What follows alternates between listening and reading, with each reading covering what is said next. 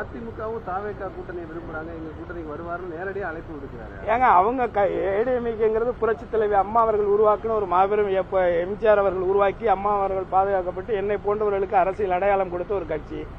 ஆனா இன்னைக்கு அவங்க நடத்துற கூட்டத்தில் அவங்க ஏடிஎம்கே கொடியை பிடிக்காம இன்னொருத்தவங்க கொடியை பிடிச்சி இவங்க ஆளுங்களே பிடிச்சிட்டு ஆட்டிக்கிட்டு இருக்கிற ஒரு அவல நிலையை நம்ம பாக்குறோம். இதெல்லாம் யாருடைய தலைமையிலான ஒரு அவல நிலை அப்படின்னா எடப்பாடியினுடைய அவல நிலை தான். பதவிக்காக எதையும் செய்ய துணிந்தவர் எடப்பாடி என்பது இதன் மூலமாகவும் நிரூபணமாகிறது.